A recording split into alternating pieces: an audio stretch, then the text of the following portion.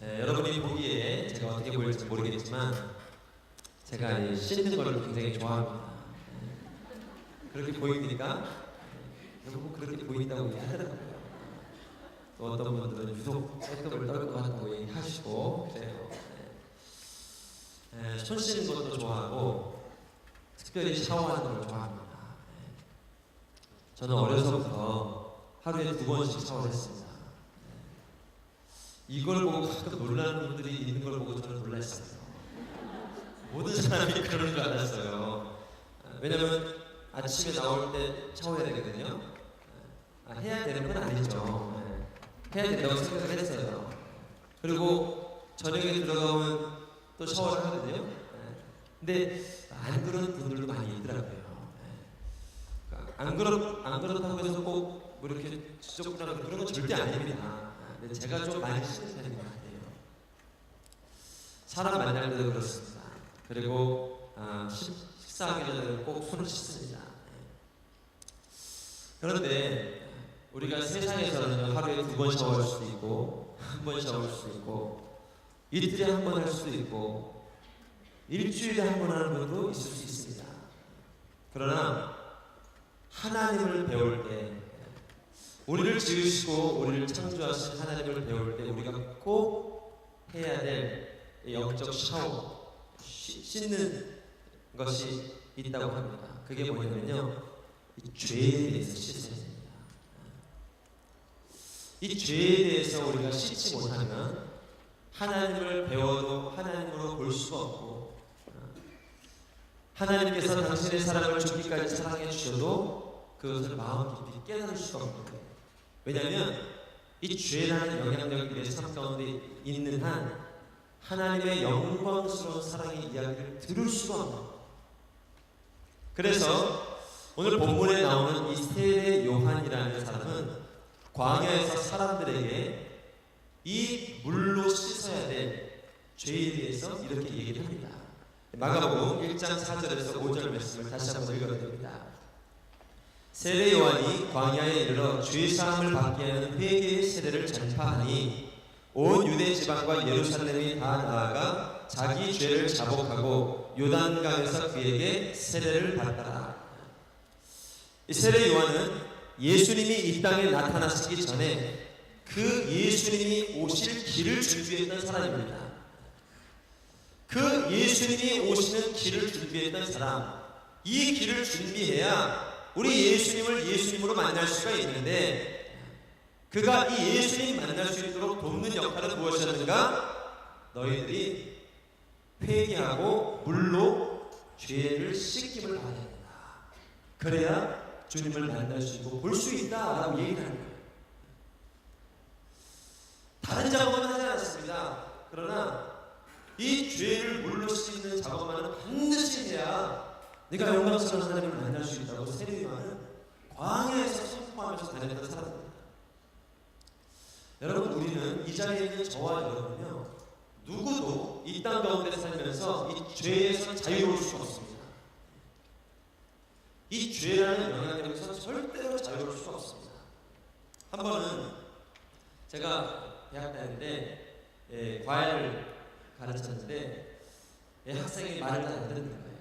제가 과외를 가르치면 애들이 잘 따라올 것 같습니까? 안 따라올 것 같습니까? 지금 만약에 가르친다면 잘 가르칠 것 같아요. 애들 좀 혼내기도 하고요. 또 먹을 것도 참 얘기하면서 어떻게든 이 학교에서 이 뒤처지지 않도록 도와줄 것 같아요. 근데 그때는 지금보다 제가 마음이 여리여리하고 착각 온순했던지라 정말 학생들이 저를 바보로 알았습니다. 숙제 안 하는 게 일시였고, 성적 떨어지기가 일시였고, 선생님이 무시하는 게 일시였고, 아주 저의 교권이 아주 권위가 아주 떨어진 대로 떨어진 그런 과외 선생님이었어요. 이제는 아이들이요, 한 6개월, 1년 지나니까 숙제 안 하는 걸 당연시. 그리고 그걸 검사하는 시간도 너무 이제는 뭐 검사할 필요가 없습니다. 안 해야지, 예, 안 했습니다. 하고 그냥 이렇게 넘어가는 거예요. 근데 제가 하루는 이렇게 해서는 안 되겠다. 선생님의 권위가 이렇게 떨어져서는 안 되겠다. 그리고 아이들이 어떻게든 공부 잘하는 학생을 내가 만들어야 되는데 이렇게 여전히 정신 못 차리고 또 이 공부를 게을리하고 학업을 게을리하는 애들을 그만뒀어야 되겠는가. 내가 이 아이들을 이 죄로부터 자유케 해줘야 되겠다. 마음을 아주 강하게 먹었습니다. 본디 착한 사람인지라 이 마음을 강하게 먹기가 어려웠어요. 그래서 한 일주일간 혼자 시뮬레이션을 했습니다. 애들 만났을 때 어떤 눈빛, 어떤 생각으로 내가 애들에게 다가가야 될지. 그래, 오늘은 만나는 순간부터 웃지도 마. 아주 경직된 표정으로 들어가. 그리고 들어가서 애들 지각하면 지각부터 혼내. 왜 늦게 왔냐고 혼내. 분명히. 그리고 그날은 진지하게 숙제에 대해서 물어봐. 그러면 당연시 웃으면서 대답도 안 하겠지? 오케이. 그때 절대로 흔들리지 말고 강하게 밀어붙여. 아주 이걸 계속 제가 시뮬레이션 하면서 마음을 강하게 먹었어요. 독하게 먹었어요. 정말 팽팽하게 먹어서 서원아 흔들리지 마. 또 용서해 주고 싶은 생각이 드는 거예요. 아니 흔들리지 마, 흔들리지 마 하고 그날 긴장하고 그러니 막 제가 떨리더라고요. 1년간 만나던 애들인데도 만나기 전에 막 떨리고 십자에 팽팽하고 혼자 그럴수록 또 잘해 하고 들어갔습니다.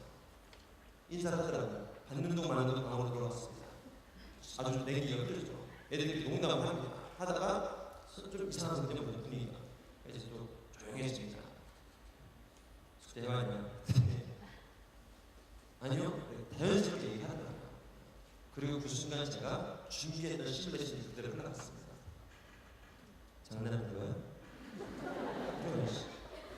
이게 제가 마음을 강팍하게 먹다 보니까 이게 좀 욕 직전까지 나오더라고요. 나 얘들 웃었지만 다시 마음을 가다듬고 그리고 막 밀어붙였어요.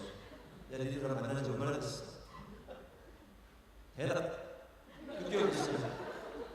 성적이 지금 야 니들 잘못이야 내 잘못이야. 니들이 공부를 안 하니까 그러는 거 아니야. 근데 이게요 화를 내다 보니까 1년간 참아왔다가 화가 쏟아지더라고요. 그러니까 고점에서 끝났어야 되는데 이게 뚜껑이 열려버리기 시작해요. 그러면 제가 이성을 잃었습니다. 거의 역살 잡기 직전까지 갔습니다. 애들은 그렇게까지 무시하는 적은 없었던 것 같아요. 근데 이 막 상처 이런 게 막 다 드러나면서 그리고 그날 수업을 안 했습니다.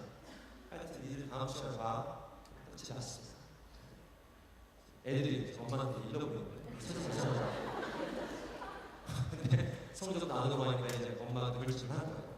그리고 그 시간으로 해보고 다니겠습니다.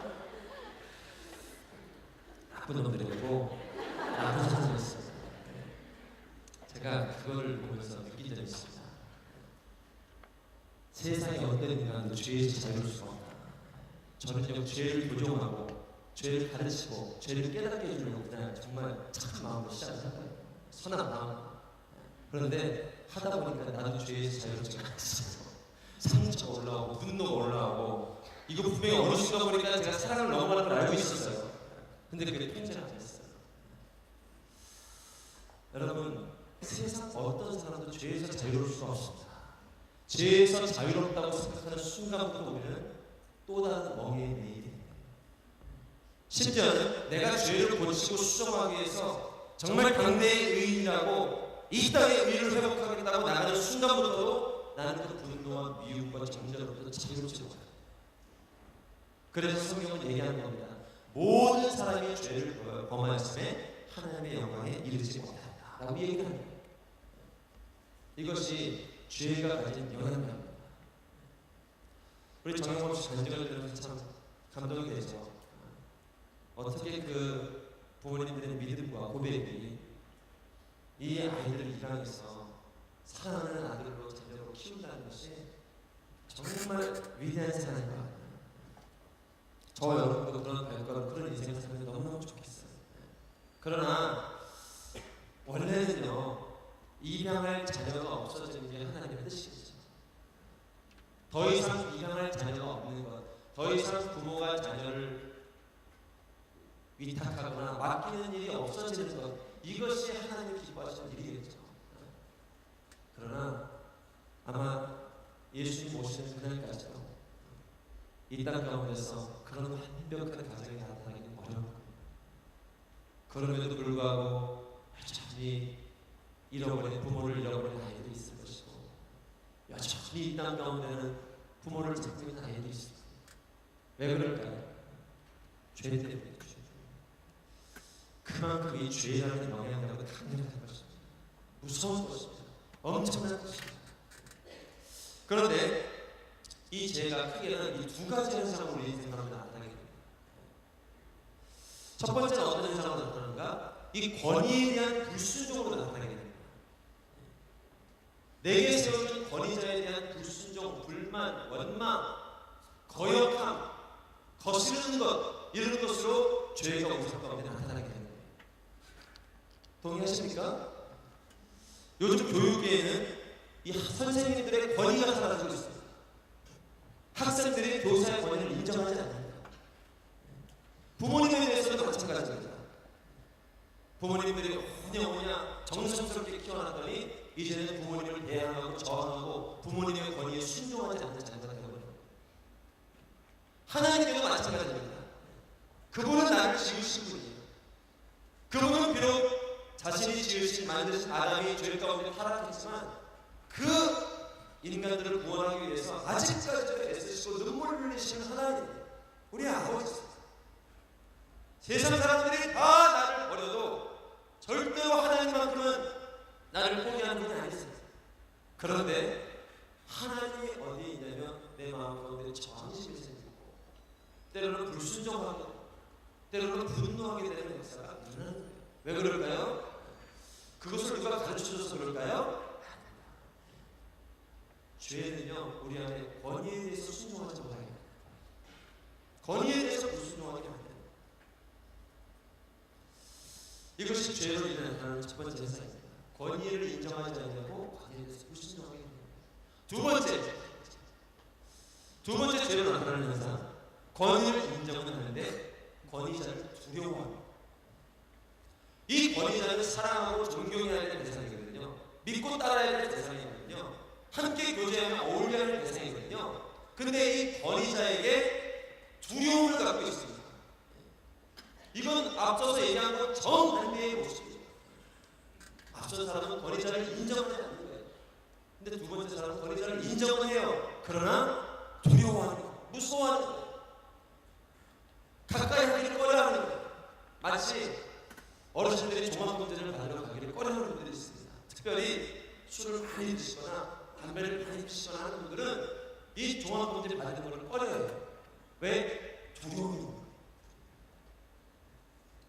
이와 마찬가지로 하나님께서 내게 세워준 선생님이 있어요. 어떤 경우 부모님이 계세요. 어떤 경우 직장의 상사가 있어요. 그런데 죄가 들어와서 이 권위자를 인정하는데 두려운 거예요. 심지어는 부모님도 두려워해요. 부모님은 나를 사랑하기 위해서 가르쳤던 예였어요. 그런데 죄는, 사단은 이것을 가지고 두려움을 갖게 합니다. 그리고 그 두려움으로 더 이상 하나님 앞에 내게 세워진 권위자 앞에 나아가지 못하게 만들어요. 이게 죄의 두 번째 현상입니다. 하나님께도 마찬가지입니다. 죄가 들어온 뒤로부터 하나님을 두려워하기 시작합니다. 그분을 피하기 시작합니다. 아닙니다. 그분은 자신의 아들 예수 그리스도까지 죽여가면서 내 영혼을 구원하시기 위해서 사랑하셨던 분이에요. 지금도 눈물을 흘리시는 분이에요. 그런데도 그분을 만나는 것은 두려워요. 심판이 두려워요. 형벌이 두려워요. 이것이 죄가 가지고 있는 우리의 마음의 내면입니다. 그래서 반드시 우리의 내면은요, 우리의 병든 자아는, 우리의 아파하는 내면은요, 반드시 물로 씻겨져야 됩니다. 그래야 하나님을 하나님으로 볼 수가 있고, 내게 세워주신 그 사랑을 사랑으로 할 수가 있고, 내게 주어진 소망을 소망으로 볼 수가 있는 거예요. 그래서 이 예수님이 오시기 직전에 세례 요한은 이 사람들에게 이러한 부분들을 가르치면서 그들의 삶 가운데 있는 죄를 물로 씻어주기를 원했어요. 회개해야 됩니다. 물로 죄를 씻어야 합니다. 그래야 당신이 주님을 주님으로 알 수 있고 하나님을 하나님으로 볼 수 있고 당신 안에 사랑과 소망과 믿음이 잉태할 수 있습니다. 이것을 광야에서 외치면서 나갔던 거예요. 그게 바로 마가복음 우리가 읽었던 1장 4절로 5절 말씀입니다.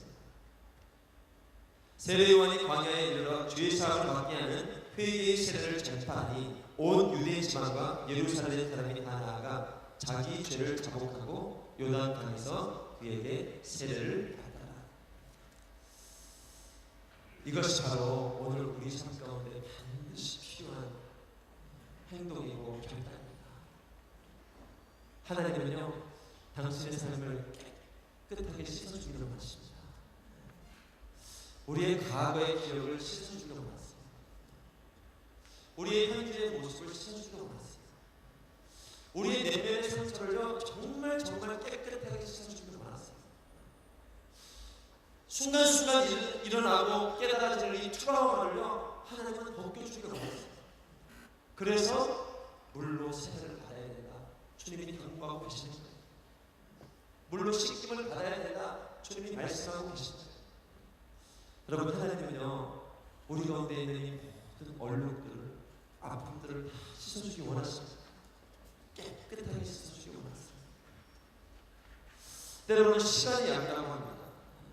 어느 정도 시간이 지나면 아픔도 씻겨지고 현재의 고통도 적응이 되고, 지금은 감당이 안 되는 아픔이지만 어느 정도 시간이 지나면 용서가 되고 이해가 될 거야 라고 얘기를 합니다. 그러나 그 시간도 하나님의 그 시간을 잡고 계시지 않으면요, 그 시간을 통해서 오히려 아픔이 자라나고 절망이 자라나고 작은 질병 하나를 통해서도 죽음이 자라나고 어둠이 자라나고 결국 내 인생을 황폐하게 하고 무너지게 하고 그런 데 선택을 만들게 되는 길로 걸어가기도 만드는 거예요. 특별히 요즘 이 시대는 바쁘고 분주한 시대라 보통 그런 사건들이 많이 일어나는 거예요. 그래서 주님은 말씀하시는 거예요. 네, 너의 기억과 너의 삶과 너의 모습 전반에 있는 이 죄를 내가 씻어주는 거예요. 그리고 이 예수님으로부터 세례를 받은 사람들은 영광스러운 주님의 모습을 보고 하나님의 사랑의 이야기를 듣게 되고 알게 되는 놀라운 역사를 경험하게 될 것입니다. 여러분, 우리의 생각이 경험으로부터 번들었어요. 우리의 기억이 경험으로부터 번들었어요. 사람은 사랑한다고 말을 하는데 나는 외로움으로, 미움으로, 갈등으로 두고 해요. 분명히 사람들은 생일 축하한다고 축복해주고 있는 거예요. 그런데 나는 그 사람에서 축복을 느끼지 못해요. 불안해, 두려워. 이 사람들이 겉만 이러고 속만 이러는 거 아닌가? 속으로는 칭찬도 안 하고 속으로는 미워하면서 지금 형식적으로 이러는 거 아닌가? 또 꼭 그렇게 생각하는 사람들은 그렇게 믿음대로 또 돼요. 사람들은 사랑한다고 얘기하는데 나는 사랑을 듣지 못해요. 사람은 사랑한다고 한다는 건데 나는 이것을 심판이나 정죄로 들어요. 너무너무 사랑하기 때문에 자녀가 아닌 경우는 되지 않습니다. 너무너무 사랑하기 때문에 그건 아니라 얘기하고 그 길을 막기도 하고 때로는 매를 들기도 하는데 나는 이것이 두려움으로 느껴져요. 나는 이것이 심판으로 느껴져요. 나는 이것이 하나님이 나에 대한 미움으로 느껴져요. 왜 하나님은 나만 이렇게 힘들게 하시고 어려움을 주시나?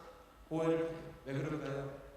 그래서 하나님은요, 이 죄의 영향력들을, 왜곡된 시선들을 정말 흰눈보다 더하시게 깨끗하게 씻어주기로 하는 거예요. 여러분 삶 가운데 있는 모든 이 죄의 흔적들이 우리 예수님의 보혈로 깨끗이 씻음받을 수 있기를 주님의 이름으로 축복합니다. 이 장로교에서는요, 세례식 때 머리에 물을 적셔줍니다. 그리고 요즘은 그 물도 수사에서 망가지기 때문에 살짝 찍어줍니다. 이게 정말 감질만 나는 정도로 찍어줍니다. 그런데 예전에는요, 이 물로 이렇게 세례를 주지 않고 강에다가 사람을 담궜습니다. 사람을 물속에 쫙 빠뜨리고 그리고 몇 초 있다가 다시 일으켰어요. 그게 원래 세례의 원조입니다. 요즘 침례교회에서 아직도 그렇게 하고 있죠. 이 물로 씻음받기 원하는 사람을 이 어떤 세례탕이나 또 강가에 내려서 빠뜨립니다. 그리고 다시 일으킵니다. 자, 그 빠뜨려주다. 그 순간 나의 모든 육체의 더러움이, 연약함이, 아픔이, 질병이 쉽게 생겨서 경험합니다. 뿐만 아니라 여러분 그 순간은 우리의 호흡이 멈춰집니다. 그 순간 숨 쉬면 안 돼요. 코 막고 입 막고 그리고 들어가는 거예요. 이게 뭘 의미하냐면요, 그 짧은 순간이지만 그 순간에 죽음을 경험합니다. 어떤 죽음? 나의 병든 자아가 죽는 죽음을 경험합니다. 나의 상처난 자아가 죽는 경험을 합니다. 뿐만 아니라 육신의 정욕, 안목의 정욕, 이 땅 가운데 있는 자랑, 허탄한 것들, 명예, 음란함, 이 모든 내 안에 있는 더러운 죄까지도 죽는 것을 경험합니다. 그리고 다시 일으켜 주시죠. 그리고 물 밖에 나오면서 이제는 나의 병든 자는 죽어지고 이제는 정말로요, 하나님이 내게 주시는 새 은혜, 새 영광, 새 노래, 어떤 새 기쁨, 새 생각, 새로운 마음, 새로운 어떤 꿈, 기대. 이전과 똑같은 가정이고 이전과 똑같은 직장이지만 이제 하나님께서 내 마음 가운데 새 마음을 주시는 거예요. 여러분 그게 중요해요. 하나님께서는요, 우리 마음 가운데 있는 모든 엮이는 사고, 불안함도 있어요, 두려움도 있어요. 어떤 경우는 두렵기 때문에 더 소리 지르기도 합니다. 어떤 경우는 두렵기 때문에 위축되기도 합니다. 그 모든 것들을요, 우리 주님은요 깨끗이 씻어줍니다. 세상 사람들은 말합니다. 그 두려움을 씻으려면 성공이에요. 그 두려움을 씻으려면 다시 다른 사람을 만나야 돼. 그 두려움을 씻으려면 보란듯이 너의 살아있는 걸 보여줘. 그런데 여러분 절대 그렇지 않아요. 그렇게 다시 성공을 경험하고 다시 세상의 인정을 경험해도 우리 영혼은 또다시 무릎 꿇고 아프고 또다시 힘들고 여전히 목마르고, 여러분 그건 신기루와 같은 거예요. 진짜 어제도 속았고 대학 들어갈 때도 속았고 좋은 직장 갈 때도 속았는데 여전히 사단은 나를 속여서 오늘도 그렇게 허탄한 것을 붙잡게 하는 거예요. 그러나 주님은 말씀하십니다. 아니야, 그걸로는 안 돼. 너는 전인격적인 치유가 필요하거든. 너는 너의 마음과 심령의 온전한 회복이 필요하거든. 세상 사람들은 말하지 이미 지나간 일이고 이미 지나간 과거기 때문에 과거는 어쩔 수 없다고. 절대 그렇지 않아요. 우리 예수님이 말합니다. 나를 믿으라. 그러면 너의 과거가 새롭게 되고요, 너의 현재가 새롭게 되고 너의 미래가 새롭게 된다고 약속하시는 거예요. 여러분 그 약속은 진짜입니다. 예수님이 죽기까지 맺어주시는 약속이거든요. 성경에 이런 얘기들이 얼마나 많은지 몰라요. 요셉은 12명의 형제 가정 가운데 왕따를 당했습니다. 형들이 노예로 팔아버렸습니다. 그 과거는요 돌이킬 수 없는 과거예요. 나중에 국무총리가 됐어요. 그러나 그 과거와 상처는 돌이킬 수 없는 과거예요. 그런데 하나님이요 그 요셉의 마음을 치유해준 거예요. 회복시켜준 거예요. 나중에 이 요셉이 자기 형들을 만났을 때 뭐라고 얘기하는지 아세요? 형들은 여전히 죄책감 가운데 있어요. 요셉을 팔았던 그 죄에 아직도 매여 있다고요. 근데 이 요셉은요 하나님의 희망을 주신 거예요. 형님들이 나를 해하려고 했어요. 나를, 내 과거를 완전 단단히 과거로 만들었어요. 근데 하나님이요 여러분의 의도와 형님들의 계획들을 바꿔버렸어요. 그 과거에 바꿀 수 없는 과거를 바꿔버렸어요. 그리고 그 사건을 통해서 나는 애고의 노예가 됐지만 인정을 받게 되고 또 감옥에 갔지만 다시 왕 앞에 서게 되고, 그리고 오늘 이렇게 새 국무총리가 되어가지고 이 전체 민군의 기근의 상황에서 애국도 구원하고 형님들 백성들도 구원할 수 있는 이런 위대한 일을 하신 거예요. 이게 바로 요셉의 역사입니다. 그리고 저와 여러분이 경험해야 될 하나님의 역사예요. 어떠한 과거도 괜찮습니다. 어떠한 현재 모습도 괜찮습니다. 우리 주님이 씻어주시는 주의 삶, 주님이 새롭게 하시는 꿈과 희망을 경험하면 우리의 영혼은 독수리처럼 비상하게 될 것이고 우리의 영혼은요 열방을 향해서 꿈꾸며 나아가는 인생이 될 것이고요 여러분이 생각지 못한 기적과 반전의 역사를 경험하게 될 거예요. 이러한 주인공이 바로 저와 여러분이 되기를 주님의 이름으로 축복합니다. 하나님 앞에 이 마음을 붙잡게 하시고 또 기회가 될 때 이 세례도 신청해서 하나님의 은혜를 경험할 수 있는 저와 여러분들을 축복합니다.